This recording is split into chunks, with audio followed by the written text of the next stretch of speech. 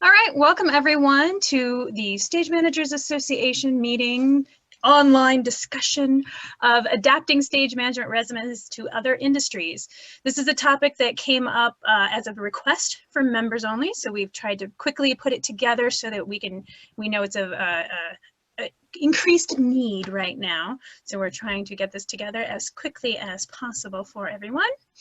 And assuming technology goes well, this will be recorded for future reference. That is not right. There we go. Today's panelists are all former stage managers. And so let's, in the meantime, you're all muted and I'll get into some specifics of how to do all of that.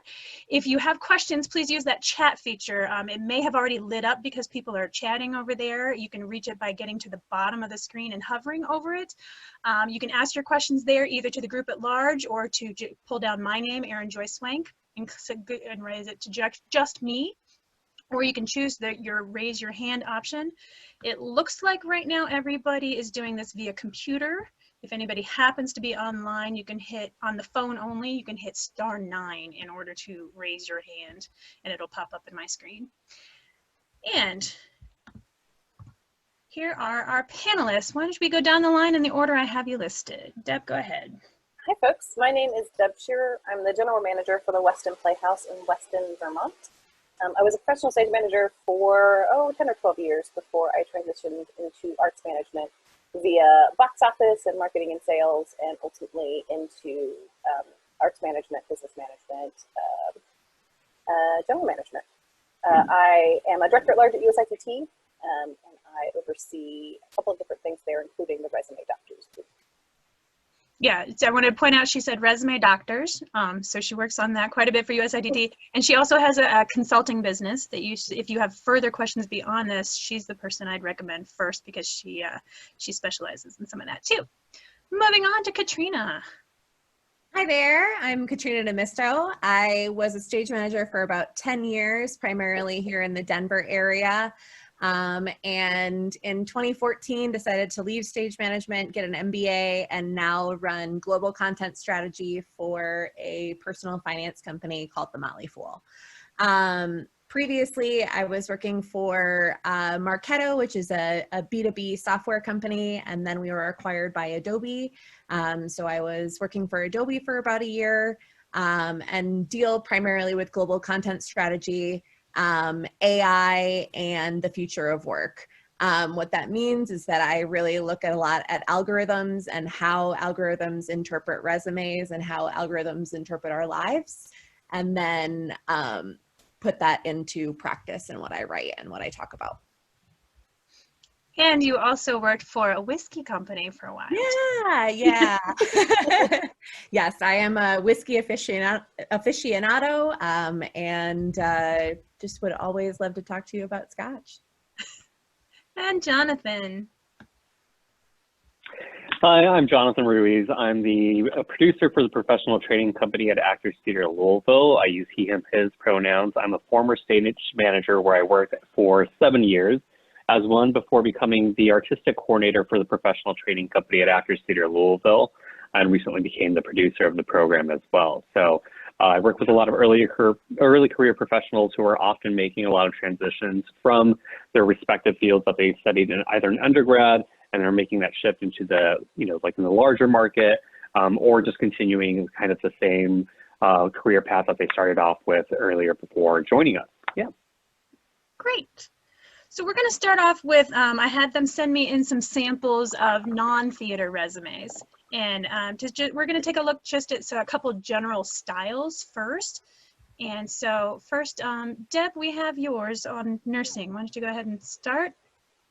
Sure. So this was a resume that I built for a client who was a nurse and was hoping to move up to a higher level position than what she had.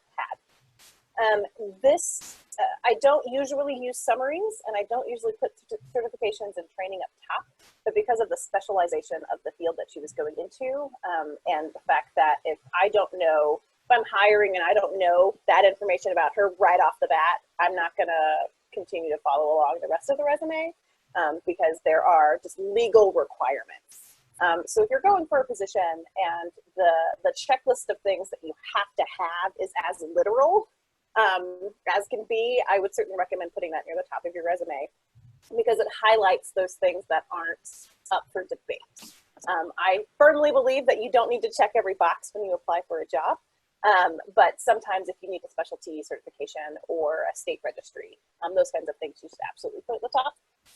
And if you need any really specialized skills, I would put that right at the top as well. For a lot of us in theater, those skills fall under the jobs we do so inherently. So you really have to think about the skills that you have in your day-to-day job and life right now, and maybe some skills that you could dust off that you haven't used in a while, to pull out and highlight some of that information if it fits with the job description that you are applying for.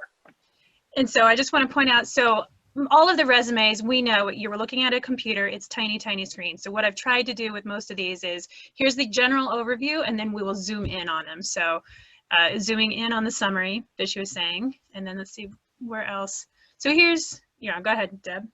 And then here is, I think the number one thing that I find myself helping people add and flesh out in their resumes is quantifiable information about your job.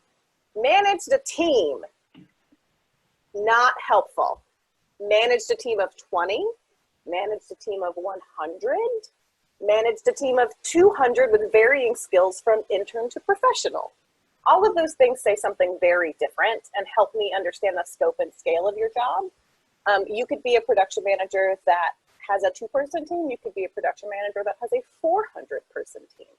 And all of that just gives some scope and scale. So one of the things that I have all of my clients do is go line for line on their resume and see if they can add a number in there, whether it's a budget amount, the number of people you oversaw, the number of advertisers you worked with, the number of community involved clients that you worked with, whatever could add a number to a line helps give some scope and scale. And so adding direct care for 20 people or overseeing 20 nurses, any of that information is going to be so valuable, especially if you are trying to change your theater resume to a Muggle resume, because people don't get it. They don't get how hard our jobs are. They really don't. And so, you know, people, and I'm not, like, this is not a lie, people will go to a show and they will only think that the actors were involved. Maybe they know a director, maybe they know a choreographer, but they don't know a master electrician. They don't.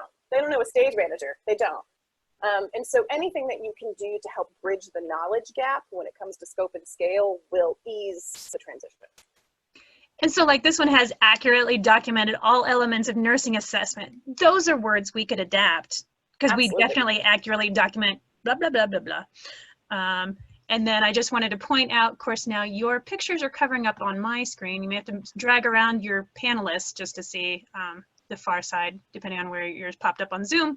But there's one version of how to put education in it. Yeah.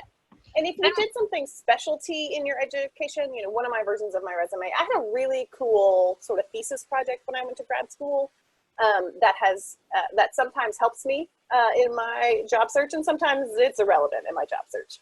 So if you had any specialty information with your degree or your thesis or your capstone or whatever that is, depending on what you're applying for, it could be helpful or not. So just keep that in the back of your mind. And so here's your second example, Deb. We'll say it's a 2-pager, so we'll go through the first one.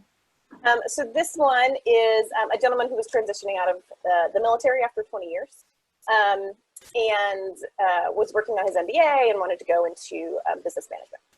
And so I had him send me his personnel files, which you can do, which is pretty cool, and really drilled down into how much work this gentleman did, the number of personnel that he oversaw, the number of literal ships and tanks and things that he oversaw, really blew my mind, because the resume that he initially sent me didn't tell me any of that. And he's telling like high-placed UN officials what they should do. And so it took a long time to do this one because we needed to go over a lot of material to figure out what was best for him. But the biggest change was the scope and scale. Managed specialized training for over 2,000 personnel and personally trained 800 personnel. Those are all words we can use in our resumes, because if you've ever managed a department with interns, you've personally overseen however many personnel, and you can highlight what you trained them in. If you've ever overseen a budget, if you've ever had to oversee budget cuts or oversee budget expansion, what if you're doing a capital campaign? How do you even start when someone says, okay, the sky is the limit, what do we want in this building? And then manage all of that. So anytime that you can put supervise the management and maintenance of equipment valued at $675,000. I don't need to know what kind of tanks those were, but that sounds like a lot of money. And so anything that we could pull out to highlight that will help your transition, because again, that scope and scale, people have no idea what we do.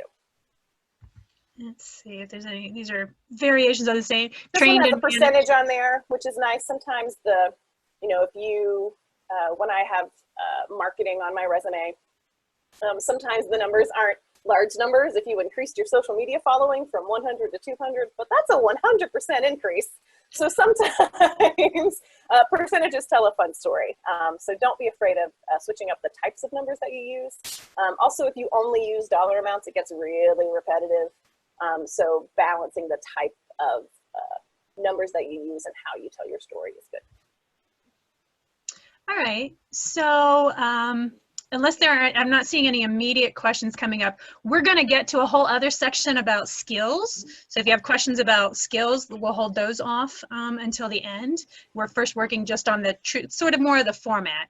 So now it's gonna be the Katrina show. As you switched from stage management into the others, she's got a variation over the years, so you can see how her resume has developed over the time too. Your resume never has to be static. Yeah, absolutely. So this is a form of my resume that I used when I was first entering marketing and first looking for my first position that was not really an internship post MBA. And you can see within this resume that I have, I was the managing director of an actor's training studio, managing their budget and doing a whole bunch of random stuff there. Do we have a zoom in on the... So I have first the top of it. Cool, perfect. Yeah, so this is the way that I chose to list out my MBA. This a lot of times in algorithm-based kind of searches that resume trackers are doing, they're looking specifically for specific things in a specific order. And so in this way, a computer is the gatekeeper to let you in before a human. Absolutely, yes. And we'll talk later about the differences in my algorithm-based resume and my sending this directly to a person-based resume. So this is my algorithm-based resume. You can see it's very bulleted out. This is a good way for you to quickly upload these things into some sort of JobVite or other resume, this sort of format where you put education, then experience, then break down into your different positions. And you can see within here, I use the same sort of practices and principles that Deb did. Social media campaign increased readership 833% in the first week of implementation. You don't know that we had 0 Facebook followers before that, and that no one interacted with us other than my mom. It's not lying. It's creative storytelling. Exactly. And that really is that 833, that could be going from 3 to 25, right? Yeah. Okay. Yeah. Exactly. And this is really what it's all about. When you get into my production stage management experience, productions reaching 40,000 patrons for a 12-week run, totaling this amount in revenue, what size team I managed, and what the budget was. Did I touch the budget? No. Doesn't matter. It was this size budget. And sometimes these are the sort of things that really kind of get your foot inside the door to talk about. It wasn't that I didn't have budgeting experience. It wasn't that I didn't know how to do all these different things. I needed a way to tell the story to get my foot in the door. And that really is the way to think about your resume. Sometimes your facts and figures on there might be creative storytelling. And that's okay, because that tells you the story to get in the door. That puts the information into the algorithm so you can actually make it in. You absolutely have to tell Scope and Scale friends. You really do. People, I'm going to say this 7 more times. They have no idea what we do. They cannot fathom that a play could cost $1 million. Exactly. They cannot. Exactly. Or that you, as a single person, before you were 30, were managing teams of 50. Cannot. You know, they cannot understand that. In the corporate world, every single manager that I've had has had significantly less experience managing than I have. And so a lot of that then becomes managing up and really looking at, okay, I know how to deal with this interpersonal situation because I dealt with it 4,000 times with my actors over the 10 years that I was a stage manager. How can I coach this person who's above me, who's my boss, into this sort of scenario? How can I support them so that they can make that happen so that I'm not under stress? So there's a little bit of managing up that also goes into stage management. People really don't understand the scale and the size of what you've done and how you've managed and what you've gone through. Another thing I want to touch on is relevant academic and volunteer work. While I was an MBA candidate, I was doing a lot of consulting work. I was going all across different industries, trying to poke holes into different opportunities that I could really find new ways to expand my resume. So I went to India. I did market sizing in India and did a consulting project there. I did a digital strategy for a small liquor company. I did multiple further consulting projects with the Denver Center and different, like, I was picking holes in things. And in each one of those things, I could add that to my resume under relevant academic and volunteer work. I wasn't getting paid, but this still tells the story and tells those KPIs and tells those different things that you can really use to lend yourself to that story. What is a KPI? Key performance indicator. Great. And let's see what else then this is another year or so later, I think. Yeah. So this is after I really pulled all of the stage management off of my work. And you can really see kind of how I defined all these different things that I did. The other thing that you can really think about is if you're a writer of some sort, look for opportunities that you can link to things that you have written within here. You know, I've got, if this were a clickable version, you could see review bars that goes off to another page, distilleries goes off to another page. So look at the ways that you can do that. Just make sure that when you're saving out your PDF that you save links as opening into a new tab. Otherwise it'll not work. But you can kind of— I thought that was the first, I hadn't thought about making a truly clickable link. When I saw yours, I thought that was interesting. Yeah, it's a good opportunity. And this is, again, one that I would, put into an algorithm, and then I would also try and find a way to put this in front of a person, because a lot of times that really interesting point on my resume that I was a writer and a reviewer for an app, and that I worked for a whiskey company. Those are things that people want to talk to me about, even if I brought it up.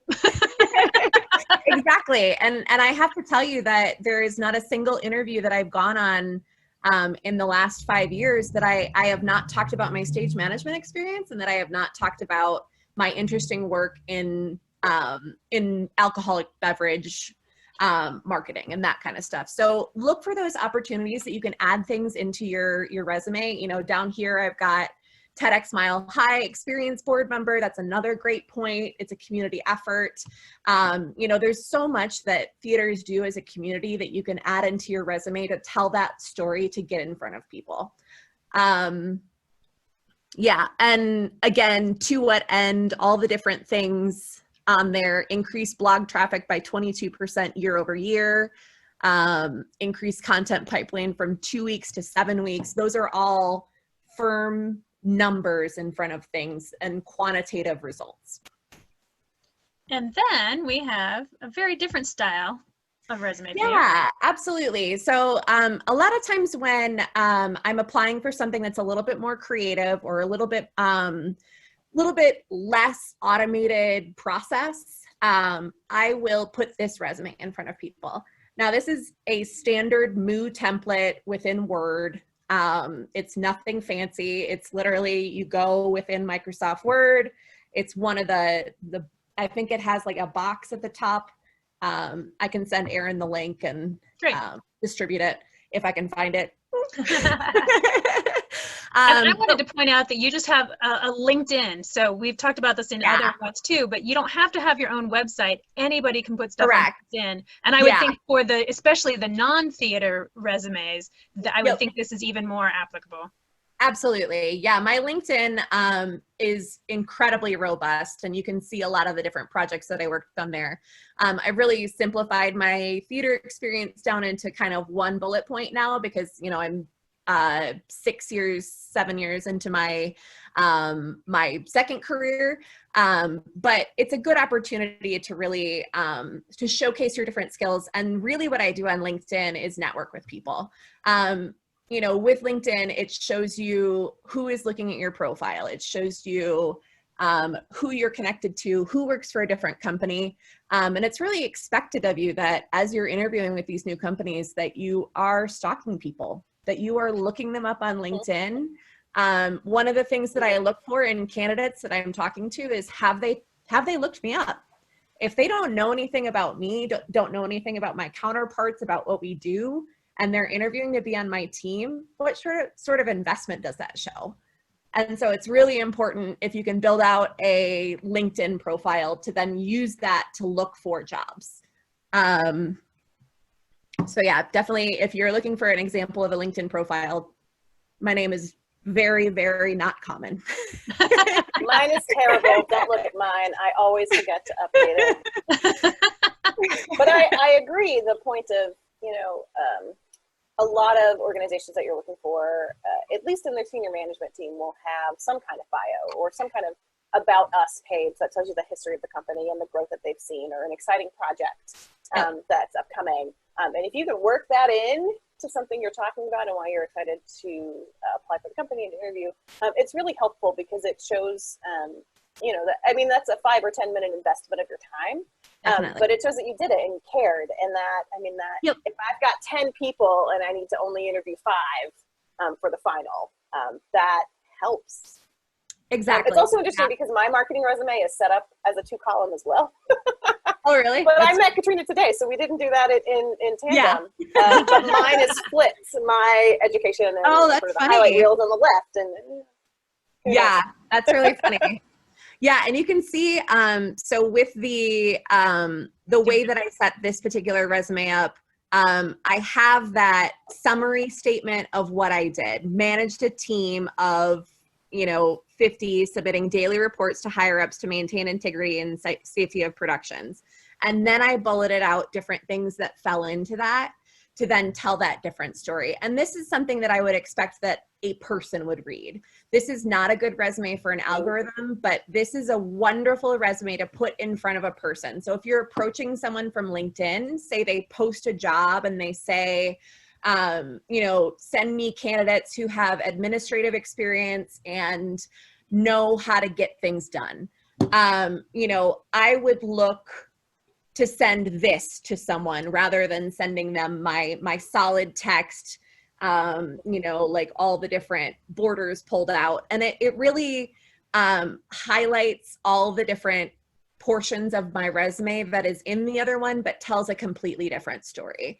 Up at the top, because a lot of the roles that I was applying for at that particular time, they were management roles that required that like personnel manager sort of thing, but they also required all the analytics that I already had. So it was combining my two experiences that I was looking for a job in that particular realm. And so that's why the stuff at the top is all around my management, and then the information under professional experience is all around metrics.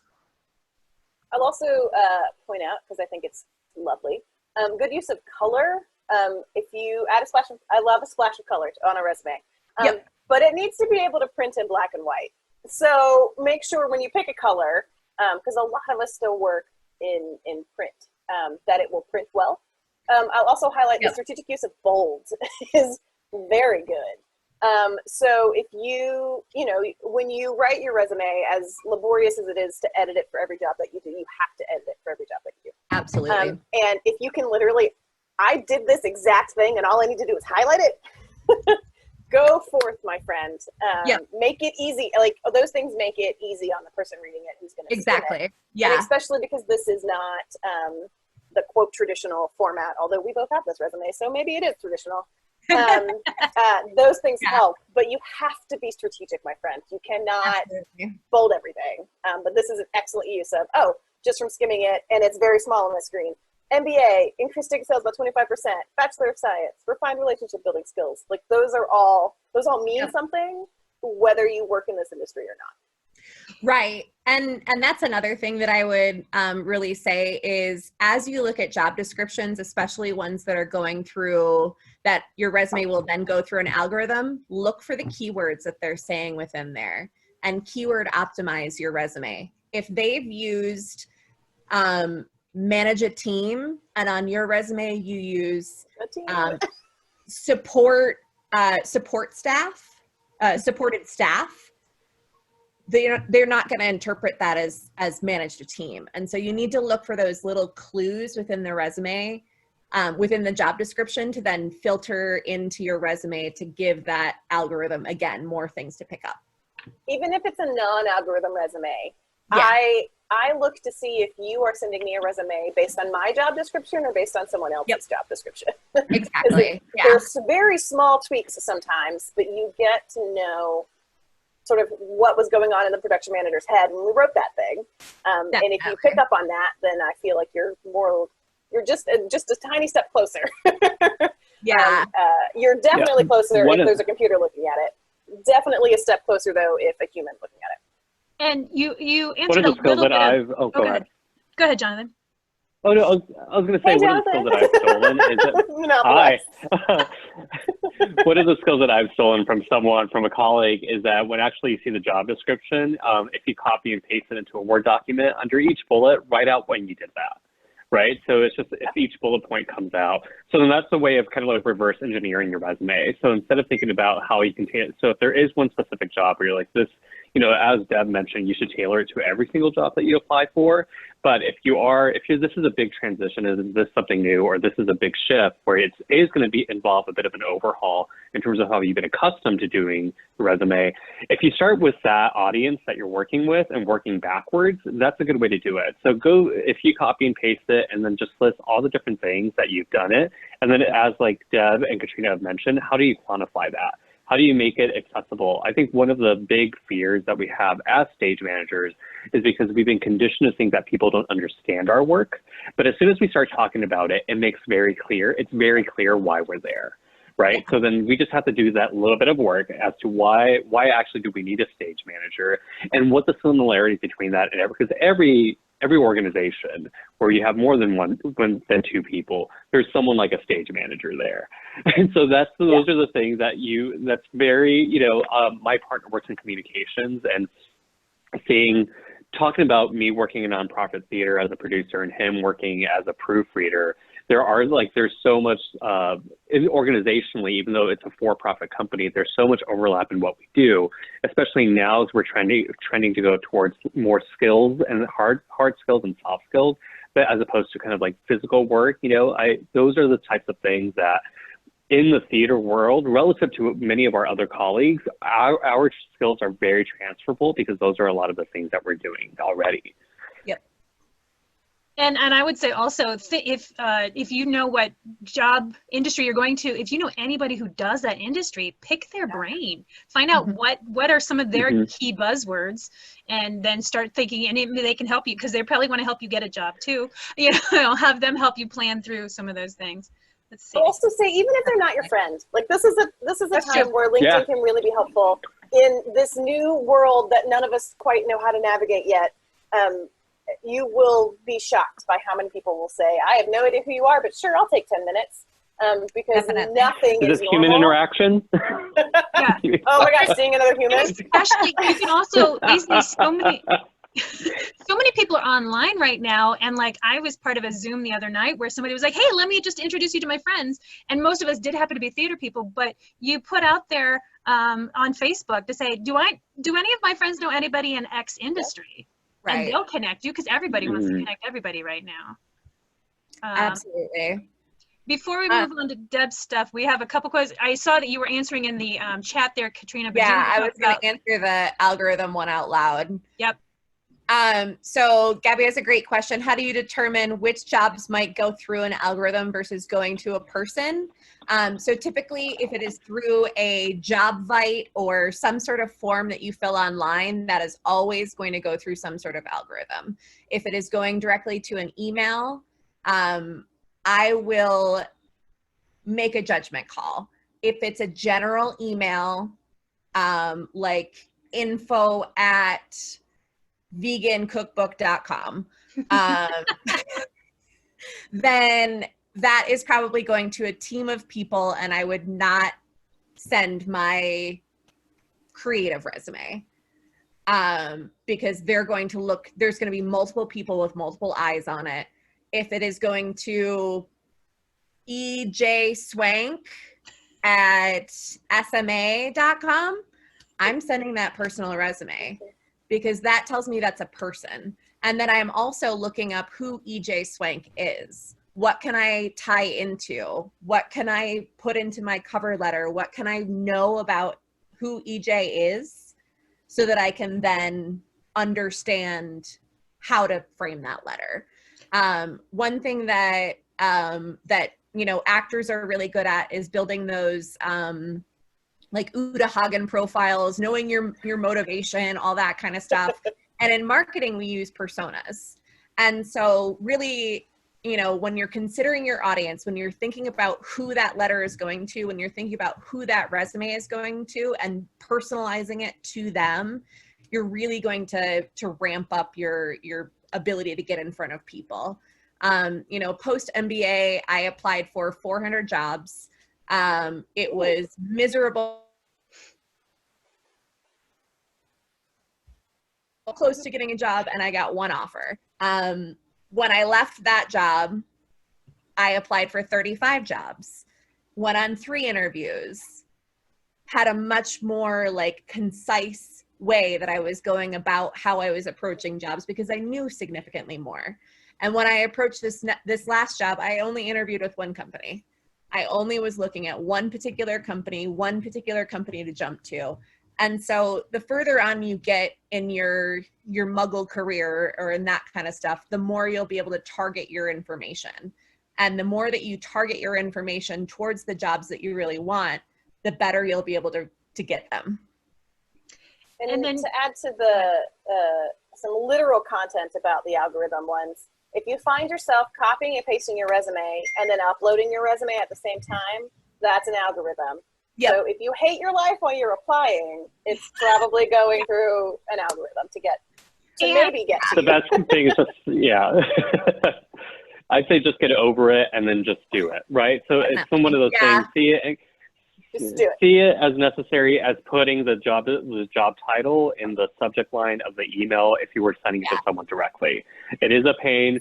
And then I would also say don't, and then follow through after you're done with it and complain about it on social media, because that is something that I've seen folks that have done on the job hunt, right? And it's just the reason why is because that's, as Katrina said, right? It's especially if we're making shifts into other fields that do have a much broader pool of candidates through it. These algorithms are very necessary in order for people to be able to quantify and go through that, and to get to it in a timely manner, right? So don't see it as your enemy. What you need to do is how do we hack it and how do we use it as in our advantage as well.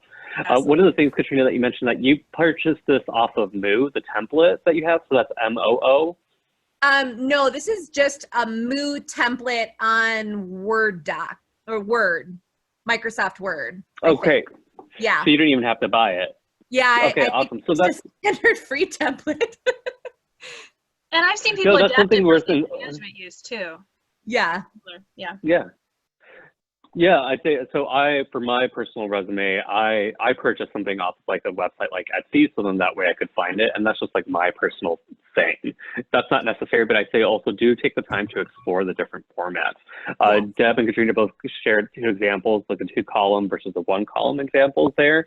So and also while considering your audience, definitely play along and see which color schemes are you excited by. Definitely agree on the print in black and white. Just do 1 test print there. So those are the things, and also kind of like the line weight as well. So if we look at the right here on the right side, we're under education, right? So the line weight, even with the italics there in a smaller format, is still very legible. One key thing that I'd also say is that if you do large blocks, so Katrina has it really well spaced out here, but if you do large blocks with text in italics to kind of convey that it's more conversational, that can actually be really difficult for people with dyslexia. So if the person that you're sharing this with has that barrier there, like you are then like reaffirming that barrier, try to remove those things as much as possible. So sans serifs work really well. Color also helps out as well. So in that way, you're just making it easier for the person that you're sending this information to. I wanted to pipe it back to the algorithms. We also, as stage managers, if your college summer stock or your summer stock is on a college campus, a lot of times you still have to input to those algorithms and stuff. And one thing that I would say to help you be ready for all this, along with if you're filing for unemployment, you need all this information too, but your start date, your stop date, your supervisor, all of that stuff, generally speaking, you're going to find those more on those algorithm websites too, that you're like, really? I have to put in my literally most 3 recent jobs. And you're like, great, one of those was 1 day long. I'm so excited to fill this out. But have those ready so you aren't in the middle of your going, it's a lot easier to copy and paste, or at least be able to look at it, because a lot of them don't even like the copy paste feature, so you still have to type it all out, but at least if you can stare at another document on your screen at the same time.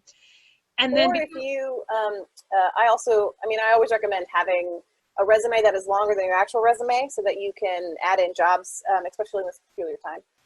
But go ahead and start a document that is copy pasted from your resume that doesn't have any formatting. So the online forms that do let you copy and paste do not like your formatting, and it's going to be crazy.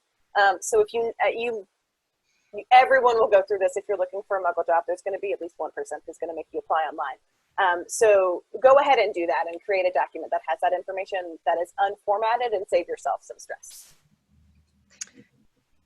And Katrina, could you, I know you talked about it in the chat, but just so that we have it out loud, can you talk about LinkedIn Premium? Yeah, so LinkedIn Premium actually gives you a way to message people who you're not connected to. And it also gives you a way to see who's looking at your profile. So typically hiring managers will have a LinkedIn Premium account. And so we can see who's looked at our profile, how long they were there, all that kind of stuff. And you as a job seeker also want to do that, because if someone from a particular company is showing up in your LinkedIn profile, that's a good sign. So LinkedIn Premium is a good thing. I only pay for it personally. This is my hack, my cheapo hack. I only pay for it personally when I am job hunting. If I am not job hunting, I turn off Premium because I don't need it. I assume that if I have 4 people who are checking out my profile, those are probably the candidates I'm interviewing this week. I'm not looking for a job, so I don't really need to know who's stalking me, but you as a candidate should know who is stalking you, should be able to stalk other people, and also be able to use those premium features to then send different messages to people that you wouldn't otherwise be able to talk to. You can also use, LinkedIn has a great job application platform. And so you can, again, algorithms coming into play, you can see how your skills match up to other people who are applying. You can see if your skills match these particular jobs. They'll cater jobs to you and send particular jobs that fit your skill set. And it's a really good opportunity for about $30 a month. And even the free version, it's funny to me which ones pop up and it tells me who was looking at my profile. And sometimes I'm like, I have no idea why that person was looking at my profile. I don't know. Yeah. But then it's like, if you want to know the other 4, pay. But a lot of times you'll get some of them. And also, people should know that you can upload a PDF resume. You can put links into reviews of shows you've done, all sorts of stuff in there. So and if you keep it updated, it's a very searchable way for people to find you. Yeah, I think I have a few different projects from my last job. I'm only about 6 months into my new job, so I haven't uploaded any of my projects there, but you can see different large scale documents that I put together, how I really showcase my work on there. Great. And I think, yes, if you're not putting exactly every single show when you do it, but if somebody pulls it up and it's over a year old, then you start going, okay, not so much. I think going way back, we do have one question from way back that I'm just going to throw in now. When you're talking about managing groups of people, who do you consider in that? Like just actors you do in the rehearsal room, or designers too, sort of like in tech, or just like your ASMs? I'm a college student with limited professional experience is the background too. Great question. Definitely. I consider all of them. Yeah. I mean, really the way that I looked at stage management is, you know, when it came to any sort of phone call from above, it was always coming to the stage manager. It didn't go to any sort of designer. It didn't go to anybody else. Everyone, once the show is open, is looking to you for all the different information. And so even though you are not, you're not in charge of, you don't have a dotted line, your tech folks or your designers don't have a dotted line to you, but you're in charge of that production, and you're in charge of a lot of functions in that. So I would say that you're in charge of all of them. And you can say, you know, directly supervised versus managed as well. So if you are a PSM and you've got 3 ASMs and 4 interns, directly managed, directly supervised, versus the general managed of the 100 people working on the show, I think is an accurate assessment that will convey the correct meaning to someone who doesn't quite understand. Well, the stage manager didn't direct the play, so the director is like, it cuts through all of that. Mm-hmm. I have to plug my I think that kind of goes down. I think that kind of goes into the synthesis of like what we describe stage management is, and it is a lot of that coordination and management of it, right? And so you're facilitating a lot of the work that needs to be done in order for the director to kind of be able to execute their artistic vision on it. So that is, I think the easiest translation for me in terms of when I've always described stage management is project management. And same thing with producing work as well. It's just project management. It's not so much when we talk about managing, it's not hierarchical. We're not talking about like who's the boss, like who has the biggest say of it, right? Because as stage managers, we also know that we're there supporting the director as well. There's some things that we do, and especially when it comes to like safety or like know that actors on stage right, not on stage left, they can't enter through there. Those are some very like concrete things that where we do kind of point out those things, but managing isn't just a matter of a hierarchy of saying who gets the final say. It's saying like, who are people, like as Deb and Katrina were saying, like, who are they looking to for answers? Who is the person that in order for them to move forward to, who is giving them that information, and who are they returning questions back to? And that as a stage manager is something that we do. I say that theater can sometimes be very conceiving because I see it as a very leaderful organization and type of structure where we do have like a production manager, a stage manager, a director are folks that I see as very much as the leaders of something as well, including producers and even literary focus. You have a dramaturg, there are certain aspects where they lead in that as well. So we kind of do rotate in terms of like when we are the leader of a certain part of the project. But I think one thing that is consistent in stage management is that management of it all. And it's not just of the literal stage, but of the people and of the calendar, which is the things that are very concrete that need to move forward in order for projects to actually be executed.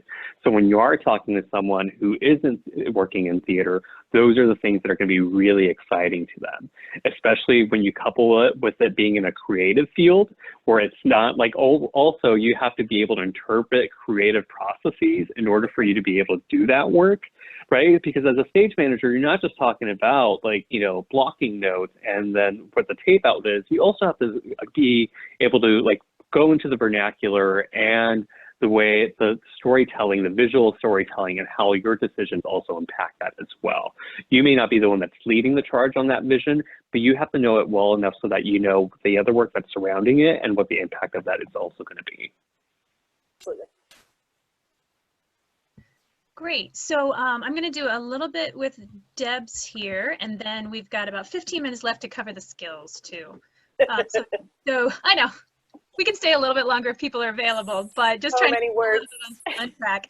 So Deb has a 2-pager in this version. So a lot of it is similar things, but I just wanted to zoom in. So here is her production management stuff, which is closest to stage management. So a general manager. So here, you're fine. So here is where I put a lot of words down really quickly. This was a little quick, but it shows the scope and scale. We're a $2.6 million Lord D LOA summer theater. And for a theater application, people would understand that. I would obviously change those words. Lord D means nothing to anyone who doesn't work in theater. So I would just change it to a $2.6 million, production budget or operation budget. I did a lot of, I'm the lead person who speaks to all of our unions. There are unions far outside of the scope and scale of theater. So certainly if I was going into a union organization, I would want to highlight that I have done those kinds of things. I pulled out, I manage the production operations budget with my production operations manager. So I pulled out those because I directly oversee those and those departments. So that's, I think that created a system of day-to-day operating procedures. I'm like, those are words we could adapt into, rehearsal call. We didn't have a lot of policies and procedures when I got here, even as like, how does a bill get paid? They got paid, there was just no system. Created and institutionalized the system of day-to-day operations. Those are all things that you could do. Although depending on where you are in your job, past tense versus current tense, present tense, but if you successfully completed a project, like you have now institutionalized this way of doing something.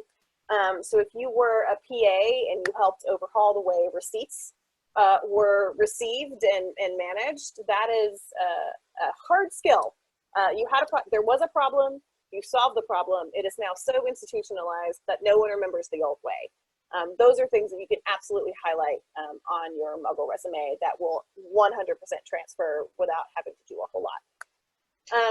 Then I wanted to pull up your affiliations, and especially this is more of almost a CV way to list some of these things. Because if I'm applying somewhere, I'm applying for a theater. Certainly my work as a director for USSBT is a prominent thing I bring to the table. So I try to keep as much of that information on there as possible, just to show, again, my scope and scale of the Institute. I've been a session chair, I've been a panelist, I run the resume doctor's booth, I chair a couple of committees. All of that shows that someone else trusts me to do things, so you should hire me. So definitely put those in, even if it's not, this is a membership organization, but even if it's you're a volunteer and there's no membership associated with something, those tasks and those jobs that you do as a volunteer are so vital to most organizations that they're a job. So don't shy away from that. I often tell people who feel like they shouldn't put community theater on their professional theater resume, but if you just did 101 Dalmatians with a $60 costume budget, put that on your resume because it's incredible what you can do. And it shows that you can do a lot with possibly very little. So what could you do if you had a bigger budget? What could you do if you had a bigger team? And it leads to those kinds of things. So definitely put volunteer work down, especially as you're looking for transferable skills into sort of the Muggle world. I also on this call out technologies that are really prominent in my particular field. I don't love putting in things I've already mentioned before, like I'm sure I've mentioned QuickBooks already because that's how we do everything. But at a certain point, it felt weird to not include things, even if I've said them before. So if you've got, Adobe experience, if you've got InDesign experience, if you've got any of those hard skills that are kind of becoming very normal certainly put those in if you've worked with any kind of CRM system. You would think that you wouldn't need to write Word and Excel and PowerPoint, but you should probably include that if the job description specifically highlights you need to know how to use Word, PowerPoint, and Excel. This is where the hard skill list in the job description will come in handy. And possibly the only place you could get it on your resume. I haven't used Constant Contact in years, but I'm sure I will figure it out again if I have to. So if that job description says that, it is going on there. Well, and these are some of the skills that in our stage manager resumes we're actually talking about not putting in, because we're certainly hoping most stage managers know how to use Word and Excel and Dropbox and Google Drive. But there are a lot of people that aren't very good at it. So think back to what you can do that other people can't necessarily. And by this point, I think we're all going to start putting that we're starting to know how to do Zoom, right? Oh. So many Zoom meetings.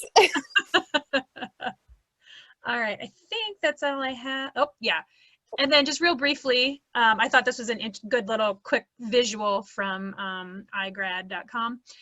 So CVs, in our world, we tend to think more of the teachers and the professors using a CV versus a resume for 1 or 2 pages, depending for that. But do create that. Like, I still have to do a full CV. I have it listed in just like so Erin can remember format, but as many, especially if you do a panel on things, if all of the volunteer work you do, whatever it is,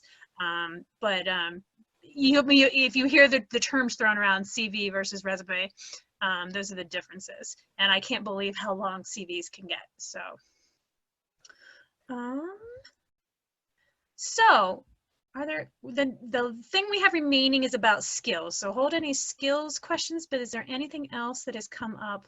I'm not seeing anything in the chat room. Jonathan, Katrina, or Deb, do you have anything to add on what we've talked about so far? I think reiterate something that Jonathan mentioned previously. This works for every resume you send.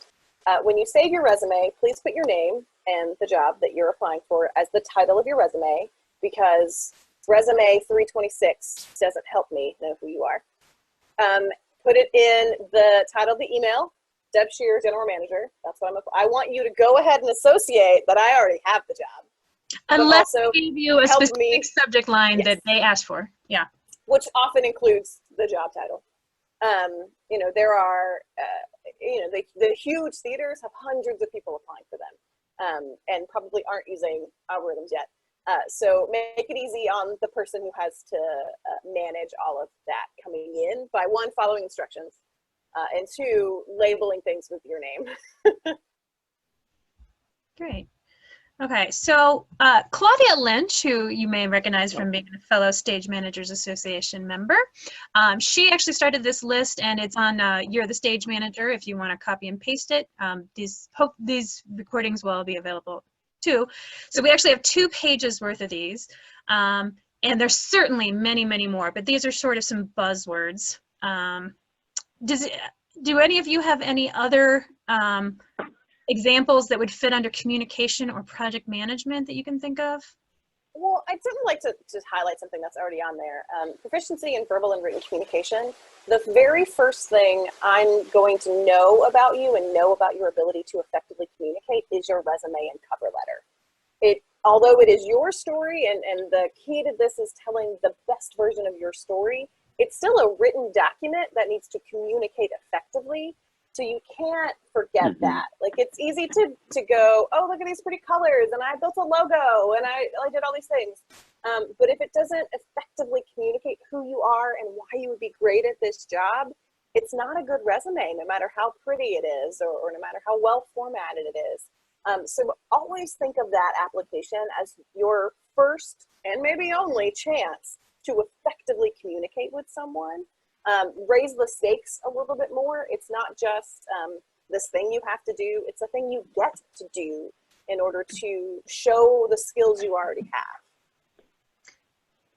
Yeah, that's one really important thing about looking for jobs and interviewing for jobs, especially right now, is to look for something that works for you as well. Working for a company is a transactional relationship.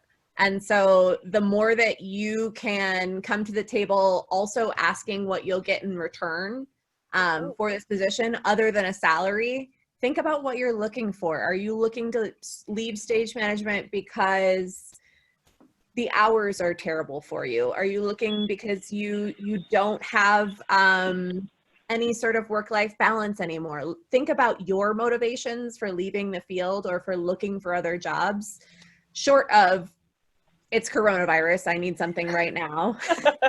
Which everyone will understand. Right. Yes, which everyone understands, but look for that motivation beyond that so that you can really ask deeper questions within the interview process.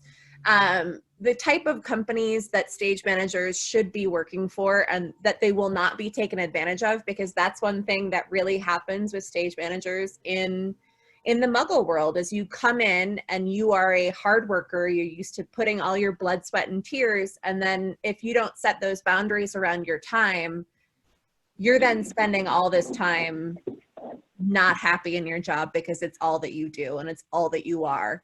So knowing as you go into that, yes, it's a scary time, but put boundaries around yourself, put things around you to protect yourself as you look for jobs. I'll also add in the project management ability to fail. I almost always, if you're in a second round interview to be a department head, I don't ask this of interns. I'm very kind. But if you're applying to be a department head and we're at that final interview phase, you are 100% going to get a question from me that is, tell me about a time that something went catastrophically wrong. You are over budget, you are underprepared, something has gone wrong, and whether it was your fault or not, you have to find a solution. In essence, tell me about a time you failed and how you persevered. And I'd say 50-50 on if someone has an answer about a time they failed. I don't know how they miraculously never failed in their entire careers. But people aren't ready to answer that question. Didn't get the feedback that they failed. People aren't ready to answer that question, and it is so telling. No one that I know who hires anyone is looking for someone to have a 100% success rate all the time. We're humans in an art form working with other humans. And so I care far more about how you managed a difficult time than how you managed an easy time. You got a $3 million set budget? Great. Like that doesn't tell me who you are and what skills you bring to the table. So be ready with an ability to fail message. Whether you get the question or not, you can work it in there because that tells me so much more than some check boxes. And if you've gotten the interview, don't throw it away. Yeah. And I would also think that any ability to throw in like the words collaboration and stuff, because I think that's what's so different about our industry compared to a lot of them is we are so used to relying on other people and asking their opinions. And, you know, even with coronavirus right now, it's, you know, ETC Lighting is trying to figure out how they can make face masks. And we are trying to think outside the box. And that doesn't happen as much in other industries. But boy, if they figure out we can do it, it's a marketable skill for us.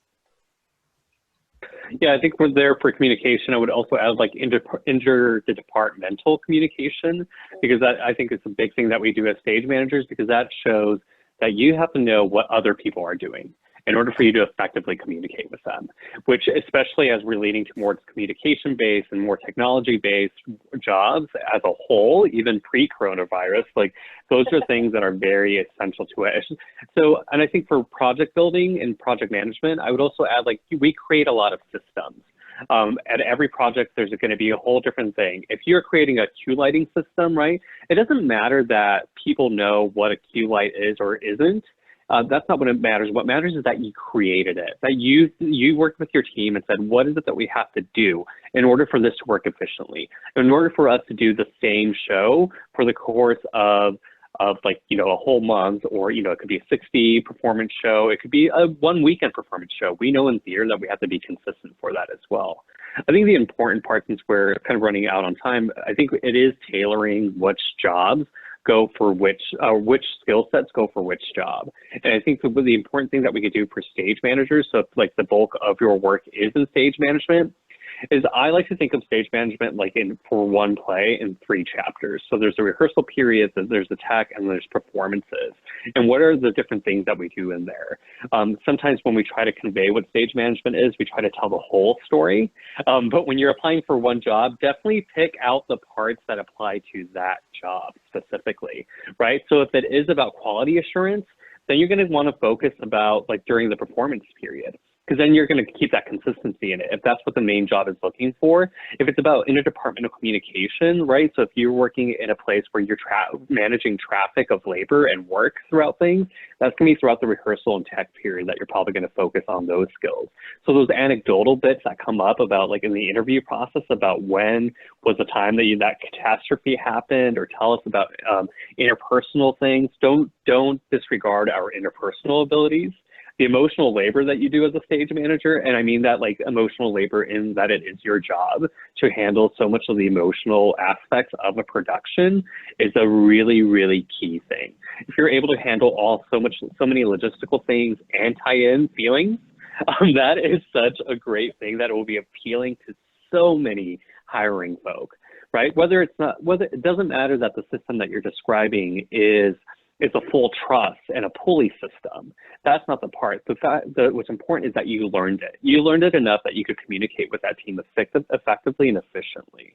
So those are the things that you needed. Don't get tied in about someone doesn't know what taping out the floor is. That's a system that you created so that you can manage that consistently. If someone doesn't know what blocking notes are, that's fine, but that's you maintaining and also the documentation of something so that you can convey it to someone else later on. So it is shifting that. So don't get stuck in it as well. But like, yeah, resource management, who's around? Who can make the shift? Who can make this quick change? Who can put Jessica's sweater on? Right? That is resource management down to a T.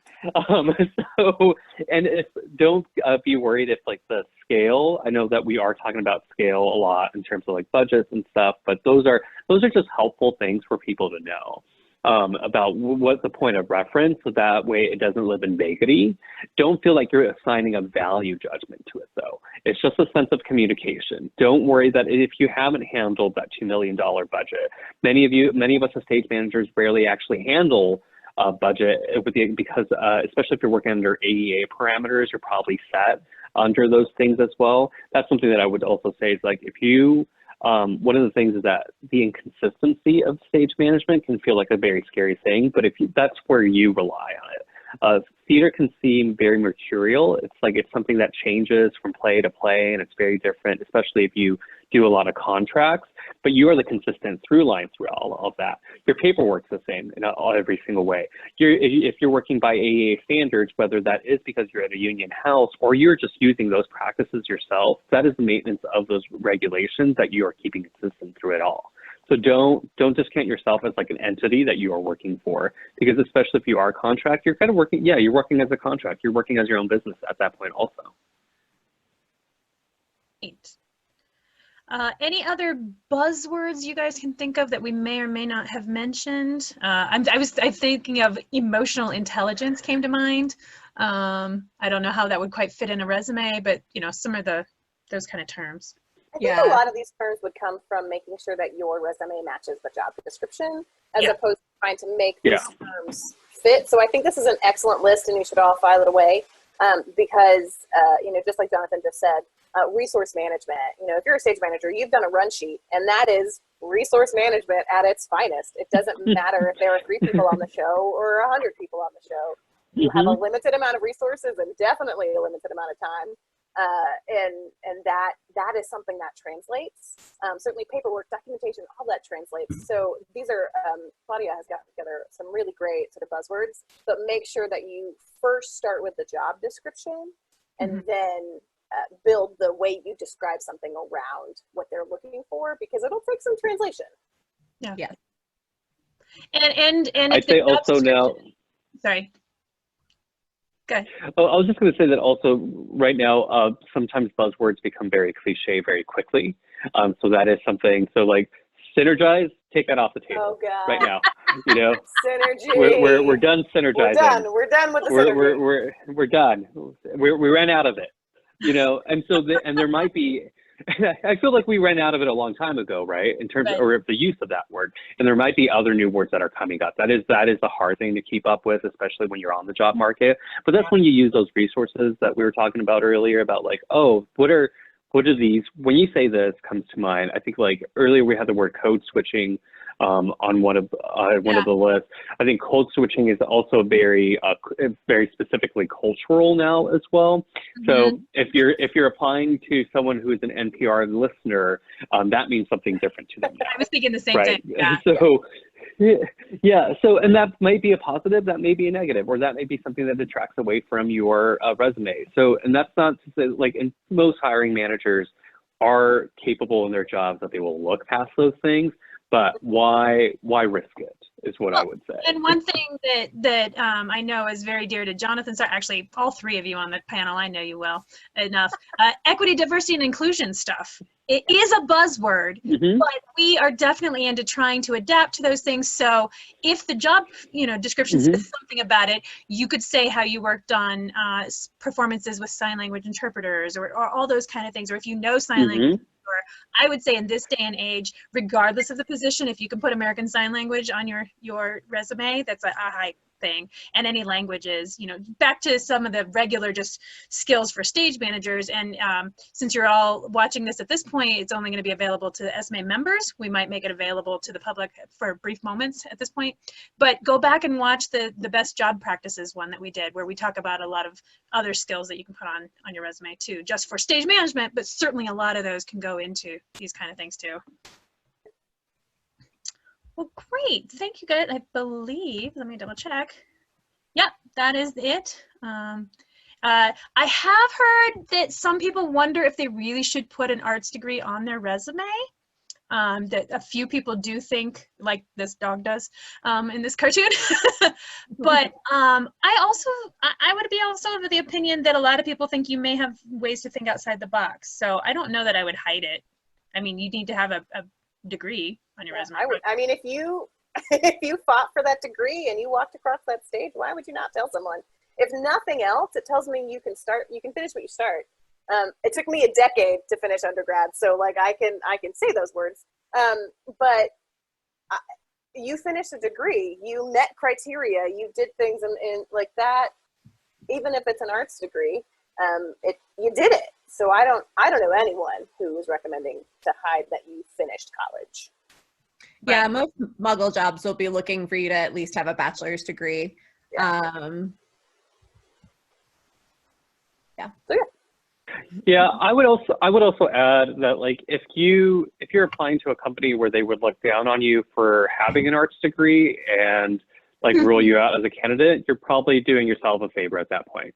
I'm very much like a very true millennial who has like, a theater, like I'm still finishing my theater degree, and then I'm like, so it's those things and I've been also looking to attract people that like accept me who I am for who I am, right? So even when things look tough, you shouldn't discount like your agency in it as well, and you shouldn't feel like you have to hide any part of your story. And if that sort of judgment is to the detriment of an opportunity, it probably wasn't an opportunity to begin with, or at least one that you would want to avoid. Great. Yeah. So only 9 minutes over, we did it. Yeah, and including question and answer usually, and there's no, there aren't a lot of questions happening, but yeah, I appreciate you guys so much. I will say that our next, it's not, because it just got finalized this morning, so it's not on the calendars yet, but it will be. The next Stage Managers Association Zoom gathering will be a public one on Monday at 8 p.m. Eastern. Do the math for the other time zones because I just had to because I'm Mountain Time Zone. But is on managing relationships when you're on the road. And we've got a couple different sets of people. Some of them, both of them are theater people. Some only one of them is a theater person. And some have kids and some don't. So that will be Monday at 8 p.m. Eastern. And keep looking at the Stage Managers Association website calendar as well as the Facebook calendar. and to let your friends know, because right now everybody that's looking at this are SMA members, but we do, for the time being, we've opened up a public access page that will change every Friday. So there are 2 interviews and 3 webinars on there right now that are going to disappear come tomorrow, but a new set will be available. And so we're going to kind of rotate through some of our greatest hits available for people. So make sure you check those out. If you're a member, you always have access to things in the video galleries. That's where all of these webinars are. And yeah, and drop me a line. You can find me just about anywhere if you have an idea of a future panel. And we are also working with some of the other groups to, we're going to start publicizing who else is doing some stage management things out there. So You're the Stage Manager is working on some events, Broadway Stage Management Symposium, and USITT is about to do a big ramp up of some things in lieu of the conference that we couldn't have this year. Oh, and also theaterartslife.com. So check out all those. We'll try to publicize all those. Deb, Katrina, and Jonathan, thank you for your time. Much appreciated. And Thank you, Erin. Great. look forward to Thanks, this next time. guys. Thank you.